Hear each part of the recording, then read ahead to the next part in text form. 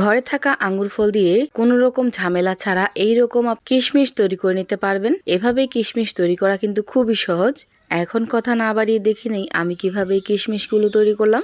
আঙ্গুর ফল দিয়ে কিশমিশ তৈরি করার জন্য এখানে আমি 1 থোকা আঙ্গুর নিয়ে নিছি। এখন এই আঙ্গুরগুলোকে আমি ঠিক এইভাবে ছাড়িয়ে নিব।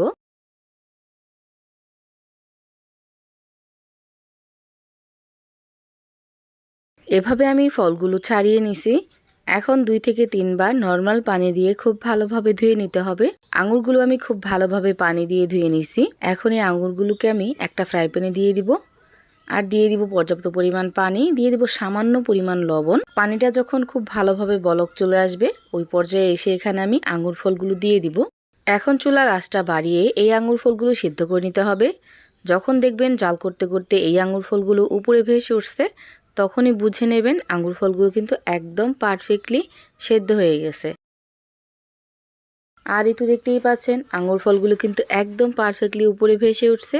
এখন আমি এই আঙ্গুর ফলগুলো একটা ছাঁকনির সাহায্যে ছেঁকে ছেঁকে ঝরিয়ে ঝরিয়ে উঠিয়ে নিব।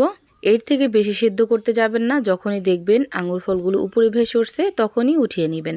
এখন এই আঙ্গুর ফলগুলোকে আমি ছড়ানো একটা প্লেটে এইভাবে মেলে দিয়ে রোদ্রে শুকিয়ে নিব। আঙ্গুর ফলগুলো যদি মিষ্টি হয় তাহলে কিন্তু কিশমিশটা খেতে ভালো লাগে, আর যদি টক হয় তাহলে কিন্তু আর ভালো লাগে না। এই জন্য চেষ্টা করবেন আঙ্গুর ফলগুলো একদম মিষ্টি নেওয়ার জন্য, তাহলেই কিন্তু কিশমিশের টেস্টটা ভালো আসবে।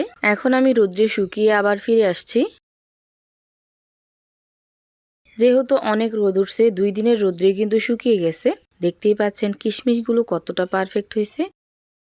ভিডিওটা ভালো লাগলে লাইক, কমেন্ট এন্ড শেয়ার করতে ভুলবেন না। সবাই ভালো থাকবেন, সুস্থ থাকবেন। আল্লাহ হাফেজ।